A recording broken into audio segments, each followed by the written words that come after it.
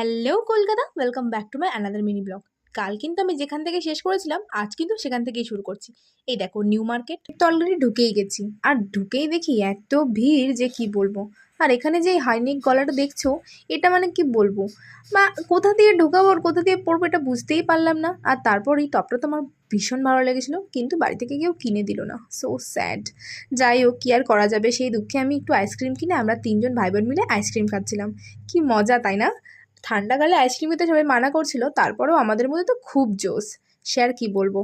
আর এখানে এরা সবাই ঘুগনি খাচ্ছিল, কারণ ওরা খাবে না আইসক্রিম। আর নিউ মার্কেটের কানের কথা তো আশা করি সবাই শুনেছো, 30 টাকায় এত সুন্দর সুন্দর কানের যে কি বলবো। আর এই যে টপগুলো দেখছো না, এই টপগুলো আমার পার্সোনালি অনেক ভালো লাগে। তোমাদের কাদের কাদের এগুলো ভালো লাগে একটু জানিও।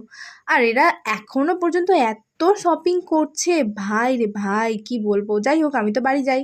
চলো টাটা, পরের ভিডিও আবার দেখা হবে। সাবস্ক্রাইব করে